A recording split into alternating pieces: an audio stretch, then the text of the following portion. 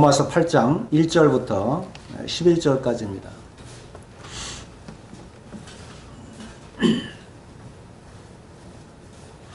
제가 말씀을 몇 구절만 읽겠습니다. 1절. 그러므로 이제 그리스도 예수 안에 있는 자에게는 결코 정죄함이 없나니 이는 그리스도 예수 안에 있는 생명의 성령의 법이 죄와 사망의 법에서 너를 해방하였습니다.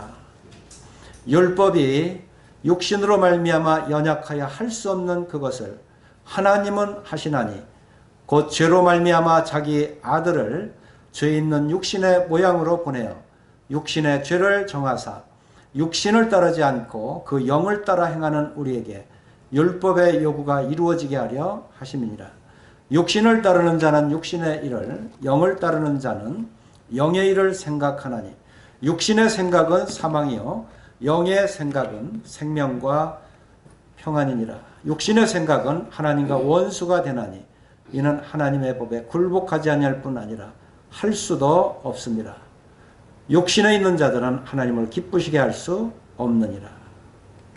만일 너희 속에 하나님의 영이 거하시면 너희가 육신에 있지 아니하고 영에 있나니 누구든지 그리스도의 영이 없으면 그리스도의 사람이 아니라.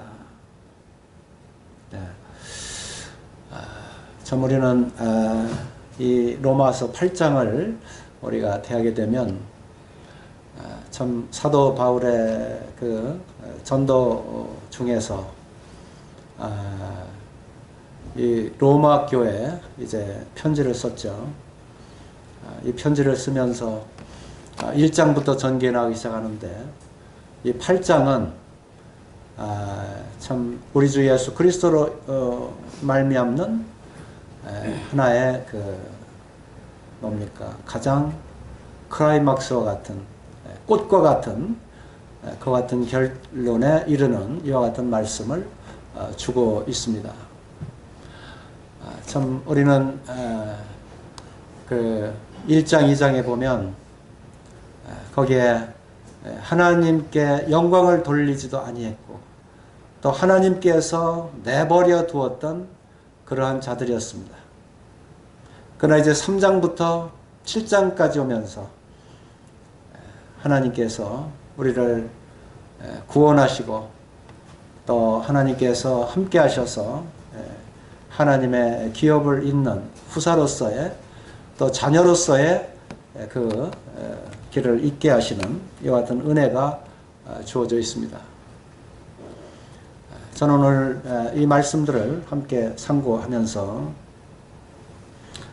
구속을 이루시는 하나님의 그 섭리, 바로 생명의 성령의 법이라고 하는 이와 같은 제목을 가지고 이 시간 함께 말씀을 나누기를 원합니다.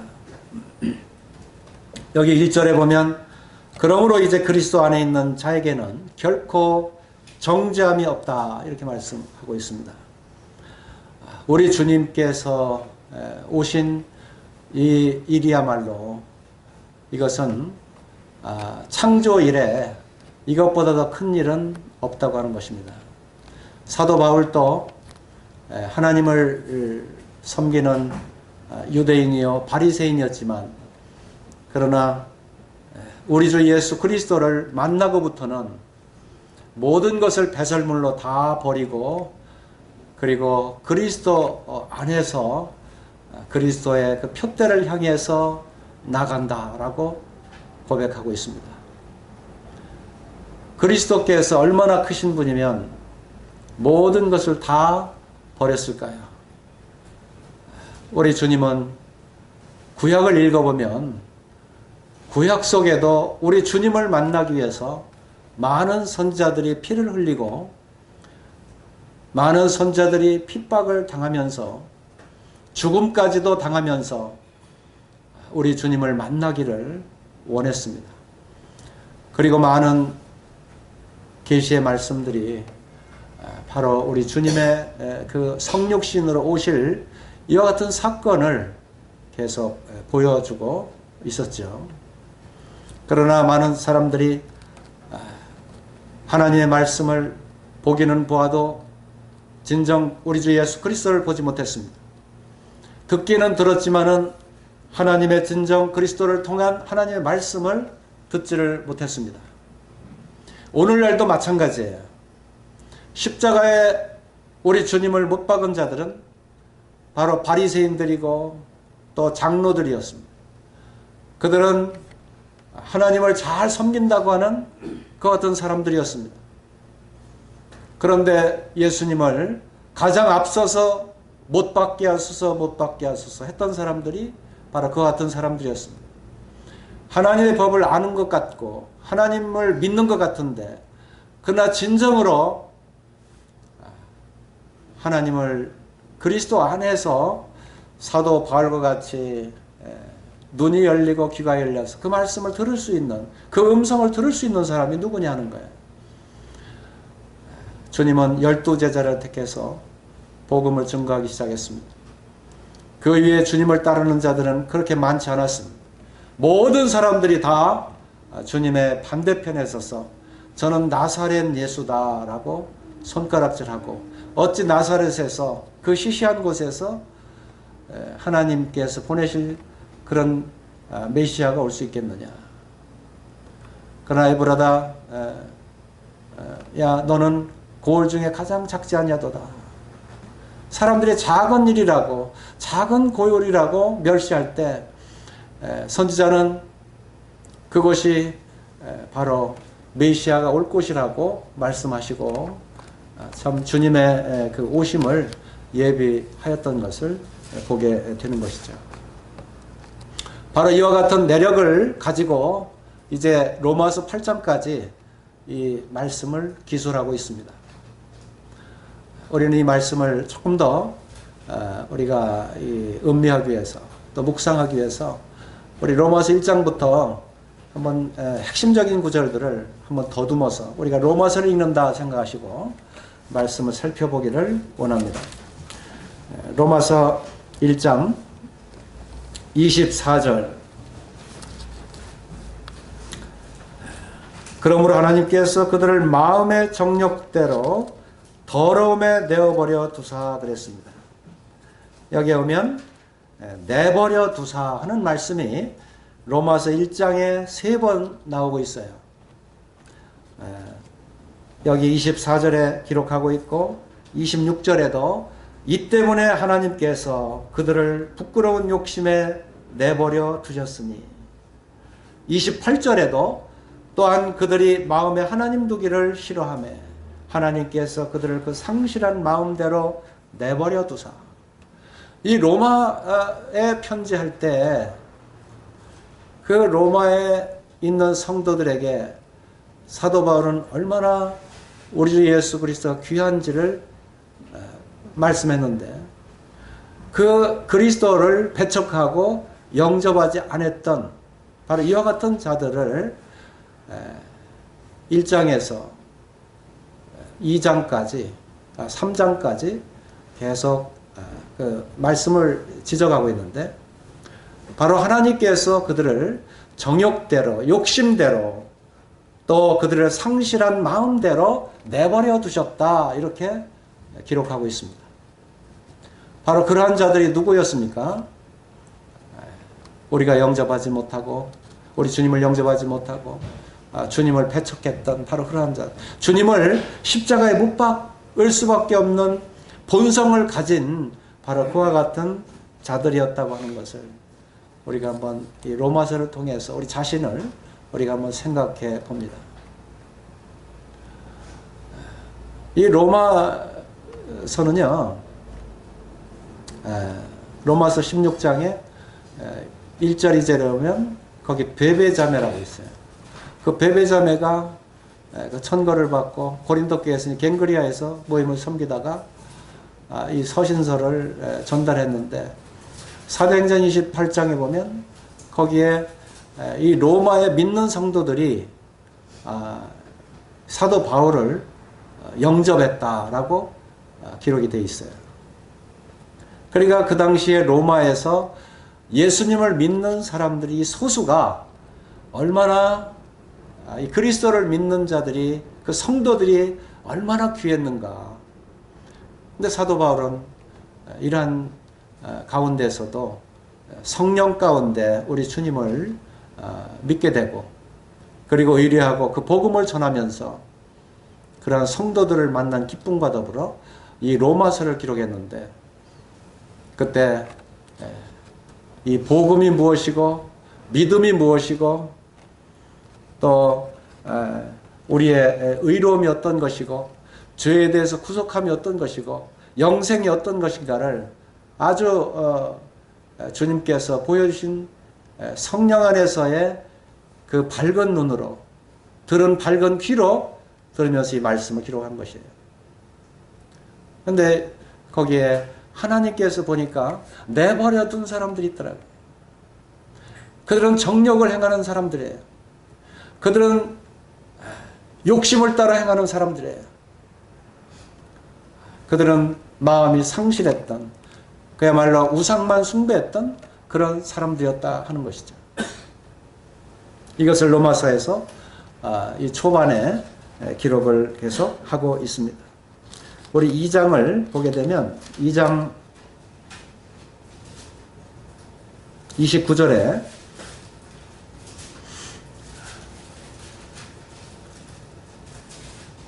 오직 이면적 유대인이 유대인이며 할례는 마음에 할지니 영에 있고 율법 조문에 있지 아니한 것이라. 그 칭찬이 사람에게서가 아니요 다만 하나님에게로서니라 그랬습니다. 이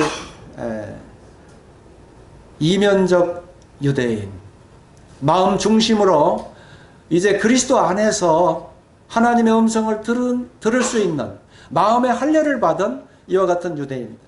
표면적 유대인을 사도 바울은 말하지 않았습니다. 이면적 그 마음의 중심으로 그리스도로 말미암아 우리 주 예수 그리스도를 주와 그리스도로 알고 하나님을 섬겼던 마음 중심의 이면적 유대인, 그들은 마음에 할례를 받았는데 그 할례는 영으로 할례를 받은 거예요. 이 영으로 받는다고 하는 것은 이제 우리가 본문 8장에 가서 이제 하나님의 영이 우리에게 없으면 그리스도의 사람이 아니라 우리에게는 영을 쫓아 행하며 영으로 생각하는 바로 그와 같은 이 은혜를 지금 우리에게 주셨는데, 여기에도 2장 29절에서 바로 영에 있다라고 말씀하고 있습니다. 이 영을 하나님께서 주실 때, 이 성령을 주실 때 그리스도를 시인하는 자마다, 그리스도를 온전히 믿는 자마다 이 하나님의 성령을 부어 주셨다고 하는 것을 우리가 참 체험을 통해서 또 말씀에 많은 사람들이 와 같이 구원을 받았다고 하는 이 놀라운 사실 앞에서 성령의 역사가 지금도 계속해서 있다고 하는 것을 기억할 때 얼마나 감사한 일인지. 우리 3장 10절을 보겠습니다. 이제 지적하기를 의인은 없나니 하나도 없으며 깨닫는 자도 없고 하나님을 찾는 자도 없고 다 치우치 않게 무익하게 되고 선을 행하는 자는 없나니 하나도 없도다. 이게 시편 14편에 기록된 말씀을 인용해서 11절부터 18절까지 기록이 되어 있습니다. 하나님의 말씀을 인용해서 볼 때 하나님께서 일찍이 참 의인은 없다, 그것도 하나도 없더라. 그래서 육신적으로 율법 가운데 있던 사람들은 한 사람도 하나님 앞에 인정할 만한 사람이 없었다. 의인도 없고 또 구속받아 죄사함을 받은 사람도 없었다. 그래서 3장 19절에는 이렇게 말하고 있습니다. 우리가 알거니와 무릇 율법이 말하는 바는, 여기 율법이 말하는 바, 이것은 율법 아래 있는 자들에게 말하는 것이니 이는 모든 입을 막고 온 세상으로 하나님의 심판 아래 있게 하려 함이라 그랬습니다. 온 세상으로 입을 막는다는 것은 뭐예요? 이제는 우리 주님 앞에서는 입이 있어도 말을 못하는 거예요. 왜?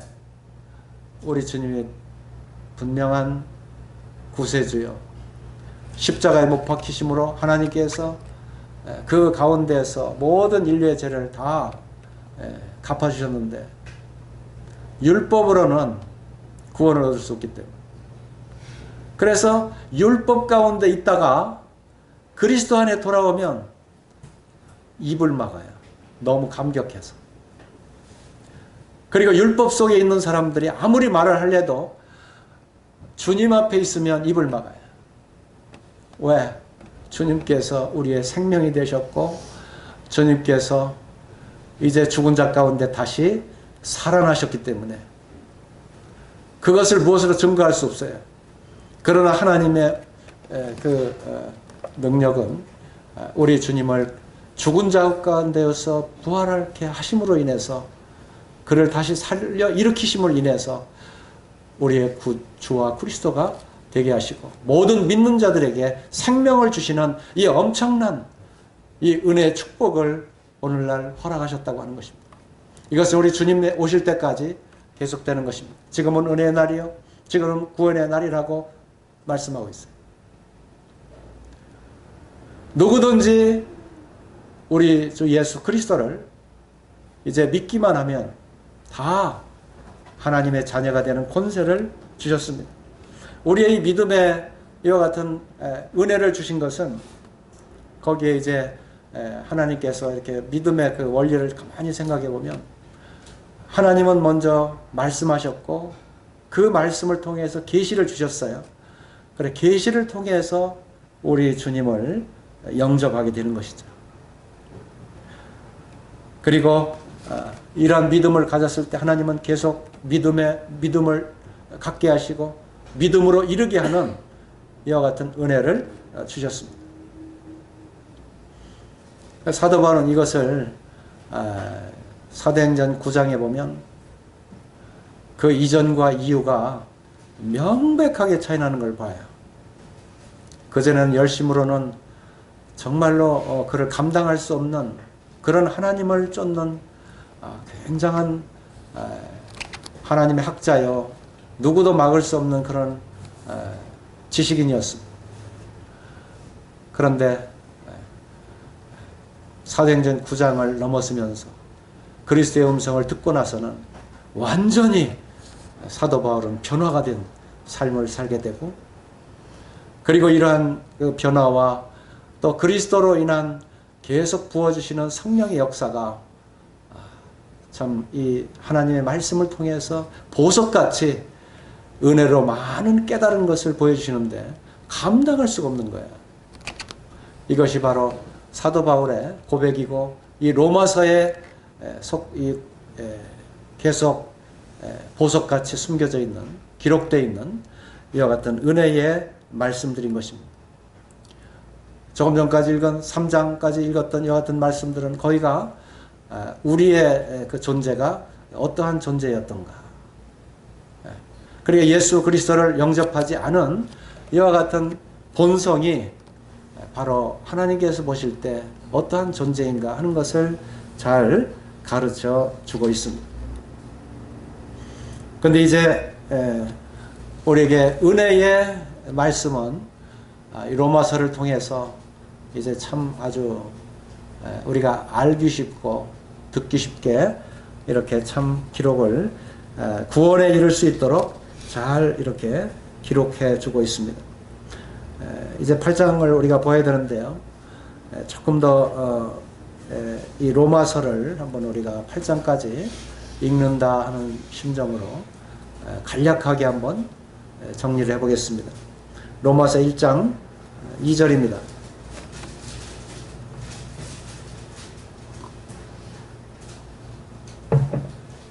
2절부터 4절까지 보면요.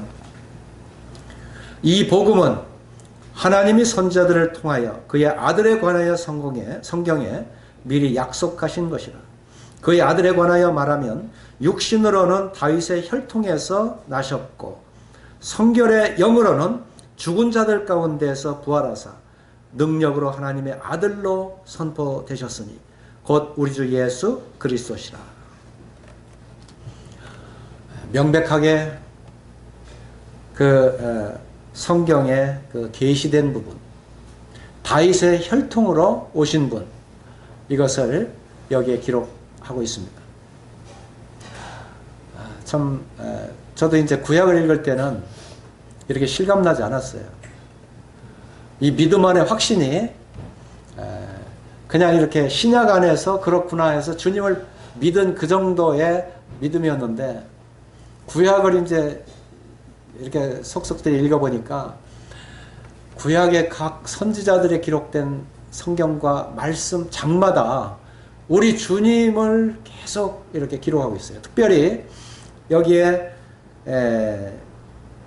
3절에 보면 그의 아들에 관하여 말하면 육신으로는 다윗의 혈통에서 나셨고, 우리가 마태복음 1장에 보면 다윗의 혈통으로 족보가 기록이 되어 있잖아요. 예수 그리스도의 세계라. 그리고 여기에는 다윗의 그 혈통으로 나셨고, 다윗의 혈통을 말씀하고 있는데 얼마나 이것이 신기했던지요. 되어지지도 않은 일에 이 다윗의 그 혈통, 유다 지파를 통해서 우리 주님이 오실 것을 말씀하시고, 그리고 그것을 입증하는 그 같은 족보가 마태복음 1장과 누가복음 3장에서 기록이 되어 있는 거예요. 야, 이게 놀랍다. 되어지지 않은 이와 같은 말씀, 어떻게 된 일에는 그 계시의 말씀대로 그대로 되었을까?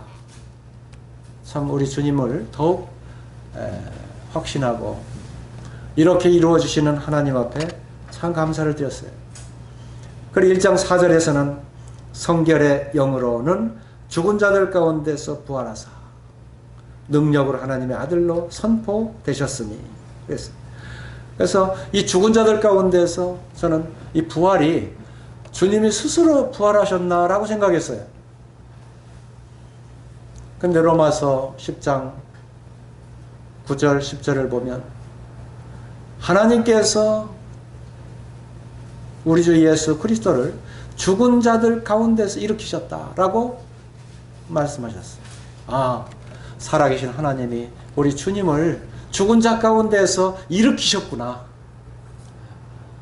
이것을 제가 믿게 됐을 때 기쁨이 또 한 번 폭발했어요. 와, 하나님이 이렇게 우리 주님을 죽은 자 가운데 살려주셨네. 그리고 뭐라 그래요? 이제 우리도 또한 그 동일한 믿음 안에서 이제 때가 되면 요한일서에 보면 2장에 너희를 그와 같은 형태로 변케 하시리라. 놀라운 거예요. 데살로니가전서 4장에 보니까 공중에 이제 오실 때, 고린도서 15장에서 이제 아주 즉시 순식간에 홀연히 변화하리니, 이거 얼마나 놀라운지 몰라요. 아, 하나님의 그 역사, 그리스도 안에서 죽은 자를 살려주셨던 그 하나님의 능력이 우리들 속에도 믿음으로 역사하는구나. 너무너무 놀랐어요, 저는. 아, 믿음은 이와 같이 우리 가운데서 역사하시는구나.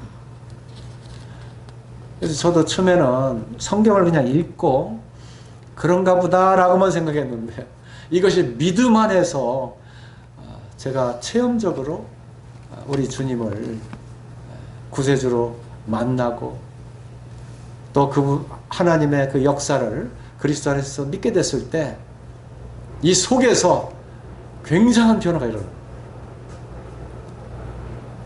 사도 바울도 바로 누구든지 그렇잖아요. 가장 큰 사건이 앞에 기록되는 거 아시죠? 요한복음 1장도 참 말씀이 육신이 되어 우리 가운데 거하시며 우리가 그 영광을 보니 독생자의 영광이요 은혜와 진리가 충만하더라 그랬잖아요. 사도 바울이 성육신하신 우리 주님이 믿어지지 않는, 사도 요한이 말씀이 육신이 돼서 우리 가운데 거한 게 믿어지지 않는 거예요. 이 너무 큰 사건이, 우리 주 예수 그리스도를 통해서 일어난 이 사건이 너무도 신기하고 기적이고 이적인 이 사건이 표적으로 나타난 거예요. 요한복음 1장에 그렇게 기록이 되어 있잖아요. 이제 로마서 1장도 사도 바울이 그 같은 기록을 가지고 있는 거예요. 아, 말씀으로 성육신하신 다윗의 혈통에서 오신 우리 주님을 만나봤는데 바로 이 주님이 곧 우리 주 예수 그리스도라. 우리 주라고 그랬어요. 주라는 것이 무슨 뜻이 아시죠? 우리 인생의 주입니다. 우리의 창조주로서 우리를 만드신 분입니다. 그분이 바로 우리를 지으신 분이라는 거예요. 어떤 분은 이 주 예수 그리스도에도 감각이 없는 분들이 있어요.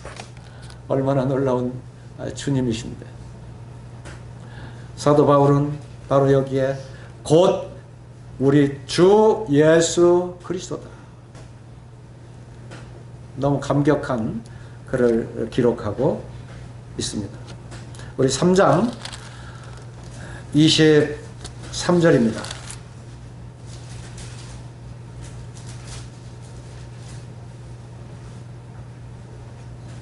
우리 다 같은 목소리로 23절, 24절 같이 한번 읽어보겠습니다. 시작. 모든 사람이 죄를 범하였으며 하나님의 영광에 이르지 못하더니 그리스도 예수 안에 있는 성령으로 말미암아 하나님의 은혜로 값없이 의롭다 하심을 얻은 자 되었느니라. 우리 주님은 바로 구원되세요. 구원의 본체 되시는 분이 이 땅에 오셨으니까 우리는 어떻게 된가요? 십자가에서 다 이루었다. 구원의 성취를 우리가 보게 되는 거예요. 그래서 우리 주님만 바라봐도 우리는 성취예요. 그분이 오셨는데도 아직도 우리에게 의롭다 하심을 얻은 자 되었느니라 했는데 아직도 얻을 것이다? 이거는 하나님의 능력이 없는 것이죠. 하나님은 우리에게 그 아들을 보내심으로 이미 얻은 자 되었느니라. 결과를 보도록 하셨어요. 우리 주님은 그 열매 구원의 열매를 바라보기만 하면 누구나 다 나음을 얻고 구원함을 받는 거예요. 모세가 광야에서 놋뱀처럼 나도 들려야 하리니 이는 저를 믿는 자마다 영생을 얻게 하려 하심이라. 놋뱀처럼 들려야 하리니. 이 놋뱀은 모형입니다. 표적입니다. 그런데 우리 주님이 이제는 실체가 되셔서 들리셨고 대신 뱀처럼 저주를 받아 마땅한 모든 것들을 우리 주님이 대신 저주를 받으시고 그리고 그것을 바라보면서 믿는 자들은 다 나음을 얻었더라. 민수기 기록한 대로 이미 그 상처를 다 치유를 받게 되는 것입니다. 여기에 모든 사람이 죄를 범하였음에 하나님의 영광이 이르지 못하더니 모든 사람이에요. 한 사람도 예외됨이 없어요. 죄를 범했다는 거예요. 이 사실을 사도 바울은 이제 5장, 6장, 7장을 통해서 이 죄에 대해서 근본적인 문제들을 다루고 있어요. 아담으로부터 시작된 이 죄, 그 육신으로 살아가는 이 아담입니다. 그러니까 육신적인 이 사람은 이것은 이 죄액사성 사망이라고 이걸 피할 수가 없어요. 그의 인생은 사망입니다. 그러나 둘째 사람을 보내서 이제 그 예수 그리스도를 믿는 자들, 그 믿음 안에 있는 자들을 다 어떻게 했어요? 이제 약속의 의를 그 안에 두시고 믿는 자들을 의롭게 하신 이와 같은 일을 그리스도 안에서 다 성취하셨다 그 말입니다. 이와 같이 그리스도 안에서 구원을 받고 의롭다함을 받는 죄의 그 사함을 받는 것뿐 아니라 플러스 오히려 의롭다고 이렇게 얻은 자 되었느니라. 이 칭의라고 하는 이와 같은 단어를 사용하는데 우리는 아직 의롭게 되지 않았지만 하나님 우리 의롭다고 하셨어요. 그러면서 하나님의 성령이 우리를 의롭게 계속 인도하세요. 어디까지? 에베소 4장에 보면 그리스도의 충만한 데까지.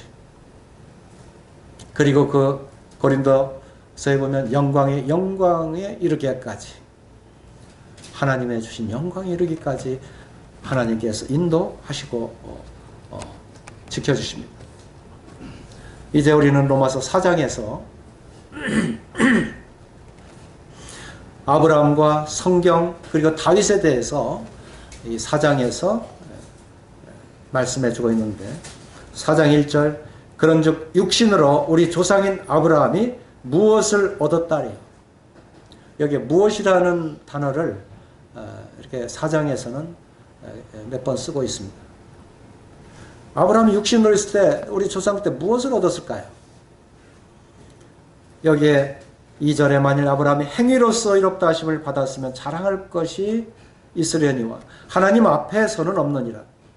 그리고 성경이 무엇을 말하느냐, 이 성경에 아브라함을 말씀하고 있는데, 아브라함이 하나님을 믿음에 그것이 그에게 의로 여겨진 바 되었느니라.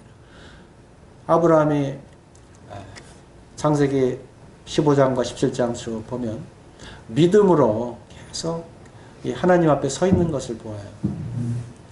그래서 이제 하늘의 별을 보이시고 바닷가의 모래와 같은 것을 보이시면서 이 계시의 말씀을 전해줬을 때, 창세기 15장 6절에서 아브라함이 그를 믿음에 그것을 그의 의로 여기셨다. 하나님의 말씀을 그대로 믿고 그 믿음을 의로 여기신, 바로 이 칭의는 믿음으로 말미암는 의를 이렇게 약속하셨어요. 이것이 성경이 무엇을 말하느냐, 성경이 말하는 핵심인 것을 우리가 깨닫게 돼요. 다음 6절에 보면 이런 것이 없이 하나님께 의로 여기심을 받는 사람의 복에 대하여 다윗이 말한 바, 이 다윗이 나와요. 불법이 사함을 받고 죄가 가려짐을 받는 사람들은 복이 있고 주께서 그 죄를 인정치 아니하실 사람은 복이 있도다. 여기 불법에 사함을 받는 사람, 다윗으로 얘기하면 참 불법을 참 크게 행한 사람이죠.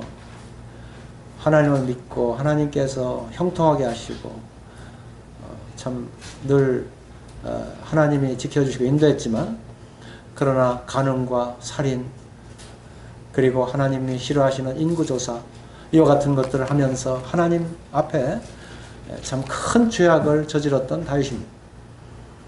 이 죄악을 저질렀어도 하나님 앞에 돌아와서 시편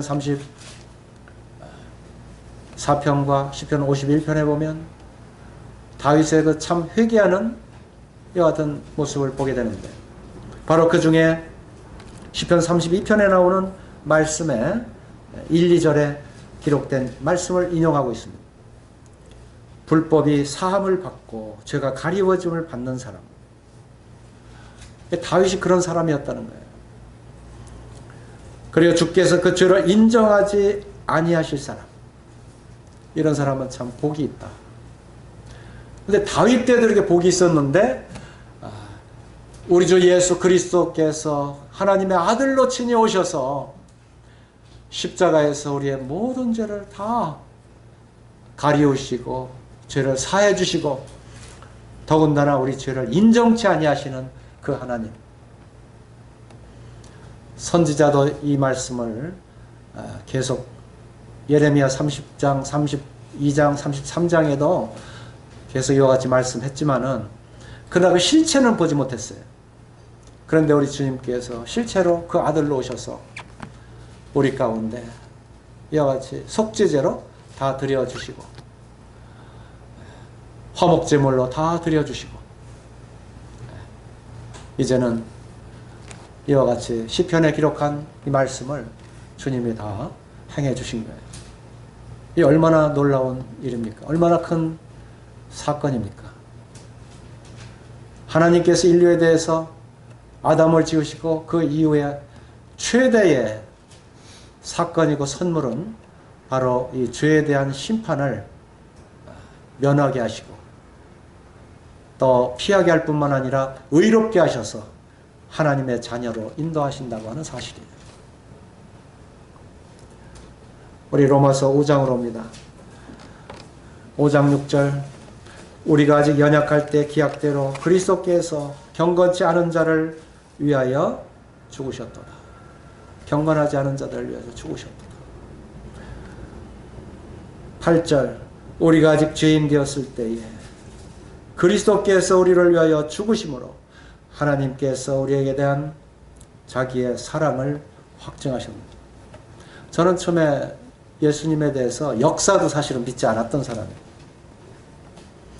예수라고 하는 청년이 AD 1년에서 4년 사이에 참 존재했다고 했었는데 진짜 역사적인 인물일까? 저 군대에 있을 때 청년 때 그것 때문에도 굉장히 고민을 많이 했던 사람.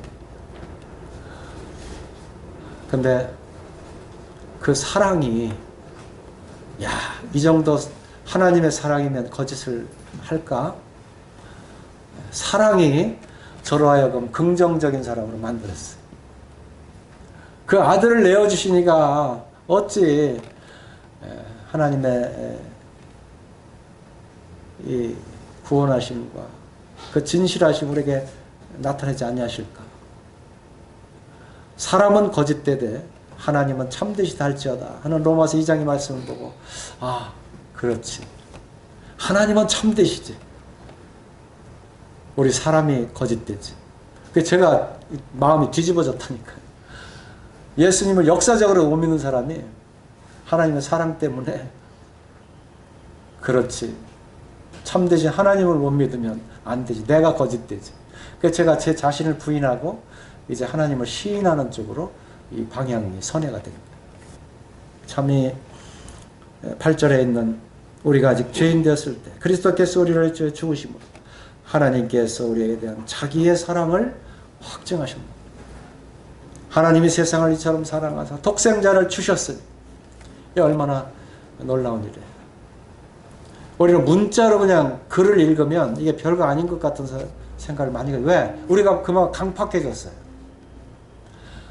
어떻게 자기의 가장 귀한 아들, 그것도 독생자를 내어주시는데 우리의 마음이 어찌 우리가 그대로 있을 수가 있어요? 여기 감동하지 않을 수 있어요? 만약에 내 자식, 내 하나밖에 없는 아들을 이 많은 사람의 대속물 중에 지금 십자가에 내어준단 말이에요. 그래도 마음에 이 변화가 없는 이 마음이 무쇠 같은 덩어리 있잖아요. 꼭 그래야만 되겠습니까? 내가 얼마나 그런 사람인가. 이 마음이 발동이 안 되는 거예요. 감동이 없어요. 로마서 1장에 그래서 하나님은 상실한 마음대로 내버려 두셨다. 우리에게 하나님은 사랑으로요. 사실은 가장 값진 분을 우리에게 내어주신 감동이에요. 감동. 감동의 그 사건. 우리의 마음이 안 움직일 수가 없어요. 우리가 주님을 믿을 때 이런 감동을 받으면 우리 자신이 내려와야 돼요. 피조물이라는 사실을 우리가 깨달아야 됩니다. 창세기 3장에 뱀이 선악과를 먹게 했을 때 이 선악과를 먹으면 하나님과 같이 된다. 동등하게 된다. 그 마음을 하나님도 사람처럼 생각하고 나도 사람이고 그냥 동등하게 생각을 해요. 이게 교만이거든요. 그러니까 이 바리새인들이 예수님 시체에 못 박은 거예요. 자기들이 하나님을 가장 잘 섭니다고 생각합니다. 그래 내가 예수님을 믿는다고 하는 이 자체가 내가 나라고 하는 이 자체가 이게 어려움이 되는 거예요. 이제 로마서 7장으로 넘어갑시다. 로마서 7장. 7장 14절부터 보면요.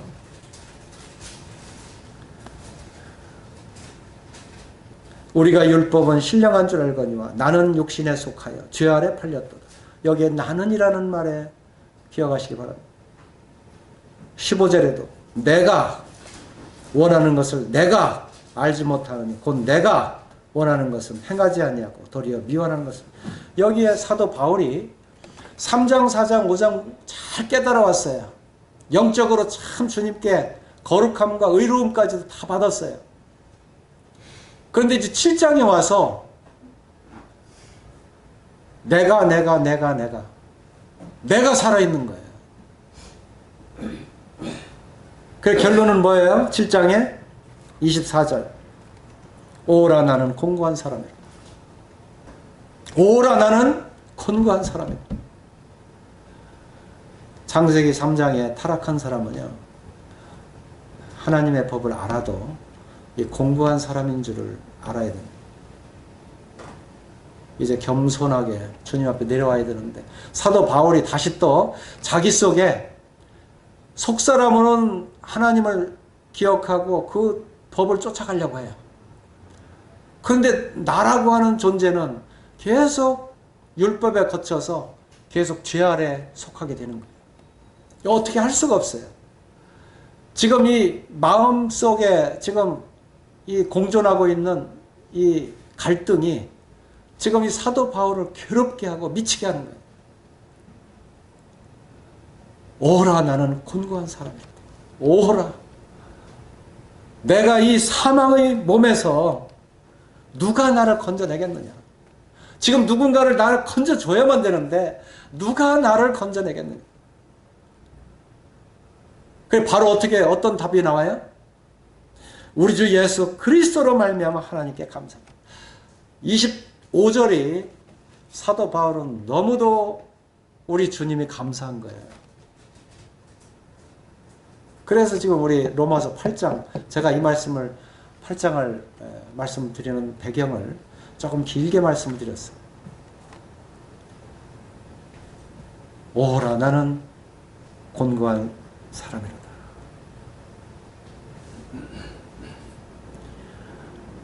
참 내가 살아있는 사람은 곤고한 줄 아시기 바랍니다.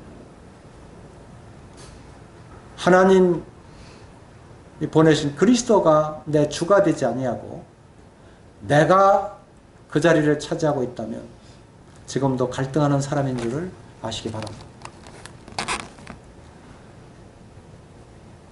심령이 가난한 자는 복이 있나니 천국이 저희 것입니다. 심령이 가난한 사람이 누구냐? 바로 하나님께 대해서 오라 나는 공고한 사람이다. 이런 사람이 가난한 사람이에요. 저도 제 노력으로 예수님 믿으려고 많이 노력했죠. 실제요, 저 돌 뻔했어요. 성경에는 분명히 사망과 생명을 얘기했고 앞으로 심판도 얘기했는데 도대체 예수님 믿어지질 않는 거예요. 그래서 한 반년 동안을 별짓을 다 했다니까요. 어떻게 하면 예수님을 믿을 수 있을까? 참 많은 짓을 했지만 뚜렷하게 기억나는 건 약한 군인교회 가서 밤 12시 자정에 초침까지 맞춰서 혹시 내가 이렇게 자꾸 찾으면 한 줄기 빛이라도 하늘에서 좀 쫙 비춰주시겠지. 그럼 내가 믿을 수 있겠는데. 아니면 나한테 정말 환상과 꿈을 좀 보여주셔서 정말 야곱이 꿈꾼 것처럼 나에게 꿈이라도 좀 시원하게 좀 꾸게 해줬으면 좋겠는데 이게 안 되는 거예요. 그런데 그렇게나마 성경을 그러던 중에 읽다가 출애굽기, 레위기도 어려웠지만 다 읽었어요. 그런데 요한복음의 1장 29절에 보라 세상 죄를 지고 가는 하나님의 어린 양이로다. 그 말씀이 제 속에 들어왔을 때 와, 이 마음 중심 속에서 빛이 발하는 거예요. 와, 그분이 나의 주시였구나. 그분이 내 모든 죄를 다 십자가에서 가져가셨구나. 제가 가난했을 때 제 마음 중심이 미쳐가는 그 지경에 오라 나는 곤고한 사람이다. 진짜 곤고한 사람이 되었을 때 주님의 저에게 말씀을 비춰주셨습니다. 말씀 비춰줘서 그 뒤로요 참 그 힘을 갖고 희망을 가진 적이 참 많아요. 아, 시편 119편에 말씀하신 대로 주의 말씀은 내 발의 등이요 내 길의 빛이라고 말씀하시고, 주의 말씀은 영생이니라 하신 대로, 또 주의 말씀은 나의 생명이라고 하신 대로 주의 영생의 말씀이 계심에 내가 네게로 가오리까. 영생의 말씀을 공부한 중에 붙들고 나를 영접하는 자, 곧 그에게 하나님의 자녀가 되는 권세를 주셨습니다. 와, 말씀이 이제 열리니까 이 성경 전체가요, 왜 그렇게 다른지요? 제가 그 뒤로 성경을 가슴에 품고요, 그날부터 지금까지 성경을 떼어본 적이 없어요. 와, 성경은 너무 달아요. 꿀송이보다 더 달도소이다. 그래서 밤이 피곤하게 지나가도 그 단 말씀을 보지 않으면 넘어가잖아요. 여기에 7장 25절에 우리 주 예수 그리스도로 말미암아 하나님께 감사하리로다. 우리 주 예수 그리스도, 그분은 어떤 분이십니까? 8장 1절, 이제 본문이네요. 이러므로 이제 그리스도 안에 있는 자에게는 결코 정죄함이 없나니. 그리스도 안에 있는 자에게는 결코 정죄함이 없다. 그 정죄함이 없는 이유가 뭐예요? 이사야서 53장에 그가 찔림을 우리 허물을 인하며 그가 상함을 우리의 죄악을 인함이라. 그가 징계를 받은 우리의 평화를 우리가 채찍에 맞은 우리가 나음을 얻었다. 우리는 다 그 아래 그릇 행하여 죄의 길로 갔지만은 우리 무리의 죄악을 다 그에게 담당시키셨다. 그분이 바로 우리 주 예수 그리스도라 그 말이에요. 그래서 정죄함이 없는 거예요. 베드로전서에도 2장에 보면 우리의 모든 죄를 다 짊어지셨다. 십자가에 다 달리셔서 짊어지셨다. 저는 이 말씀을 쭉 보면서 히브리서 1장에도 보면 우리 죄를 다 깨끗이 해서 정결하게 하시고, 히브리서 1장에 하나님의 말씀으로 이미 정결하게 하는 일을 그 아들이 오셔서, 이 마지막 때 오셔서 다 행해 주셨다고 하는 거예요. 얼마나 감사한 일인지. 제가 사도행전 볼 때 일입니다. 사도행전 10장에 그 고넬료가 베드로한테 절을 해요. 고넬료는 이탈리아 그 백부장이거든요. 근데 어떻게 이방 사람이 그 참 어부한테 절을 하냐. 우리 사도행전 10장을 같이 한번 봅시다. 사도행전 10장 24절 25절. 이튿날 가이사랴에 들어가니 고넬료가 그의 친척과 가까운 친구들을 모아 기다리더니, 여기 친척과 친구들이 함께 있었어요. 25절, 마침 베드로가 들어올 때 고넬료가 맞아 발 앞에 엎드려 절하니. 저는 이 말씀 보고 깜짝 놀랐어요. 어떻게 이태리 군사가 베드로한테 절을 하냐 말이에요.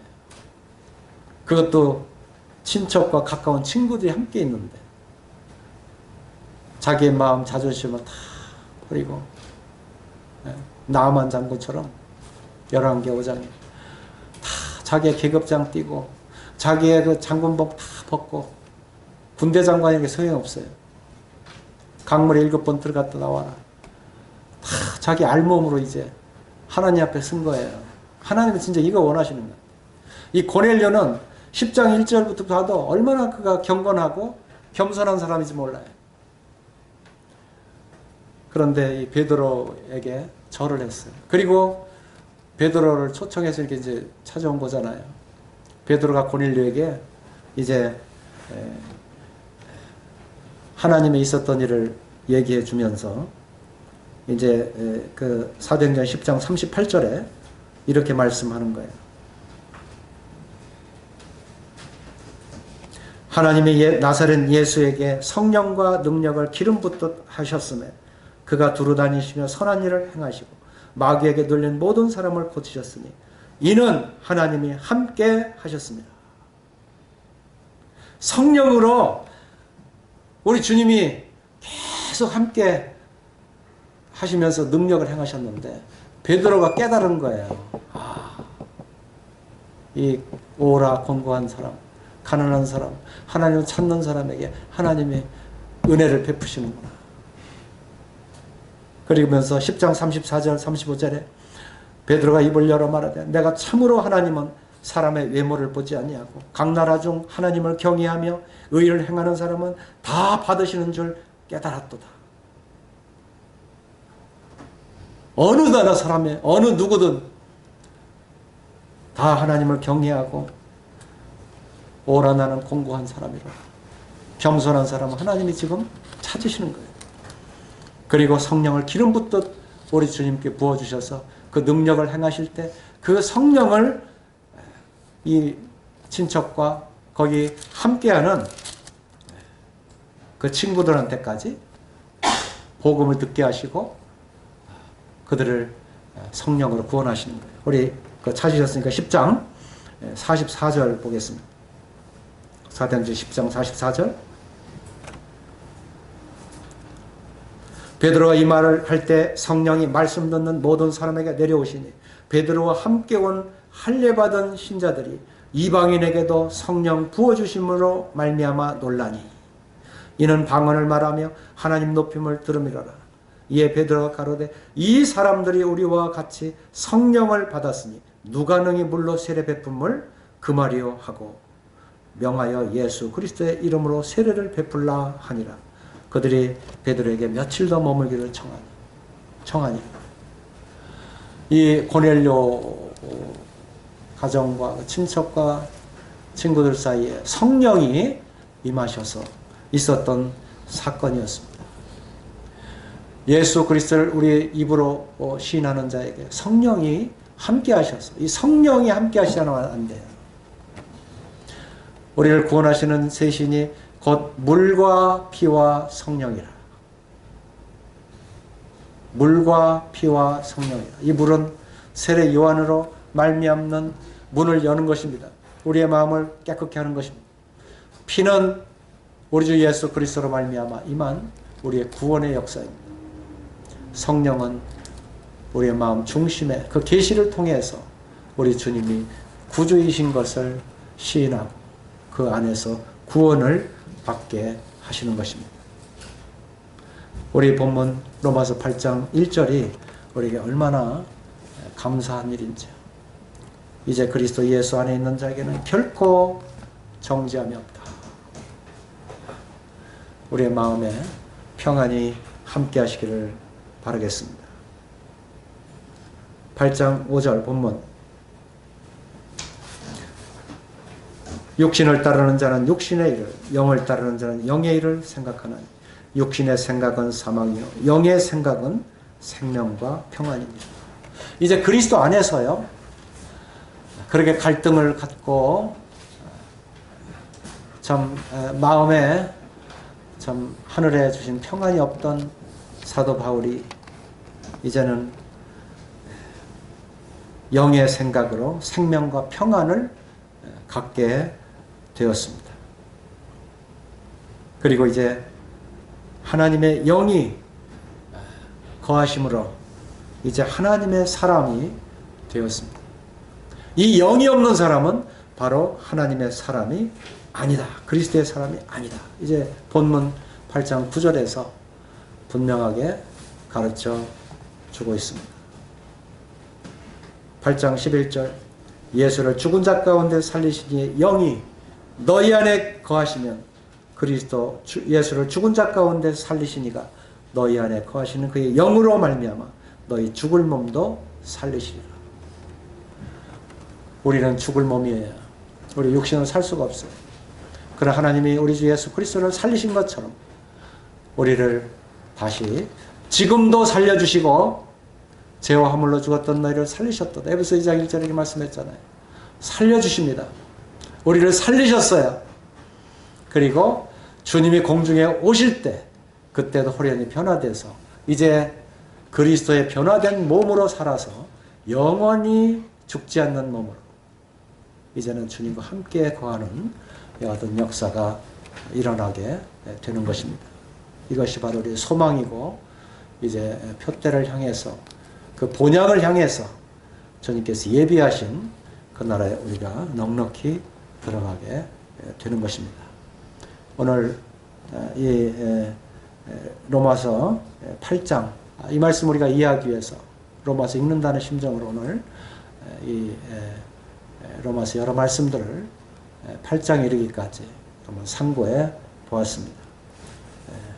궁극적으로 생명의 성령의 법이라고 하는 바로 우리 주님의 이 믿음의 법, 성령의 법을 통해서 이제는 우리가 결코 정죄함이 없다 하는 것을 우리가 이제 체험하고 이제 죄와 사망의 법에서 너를 해방하였습니다. 우리를 죄에서 해방해 주신 하나님을 찬양하고 경배하시기를 바라겠습니다. 감사합니다.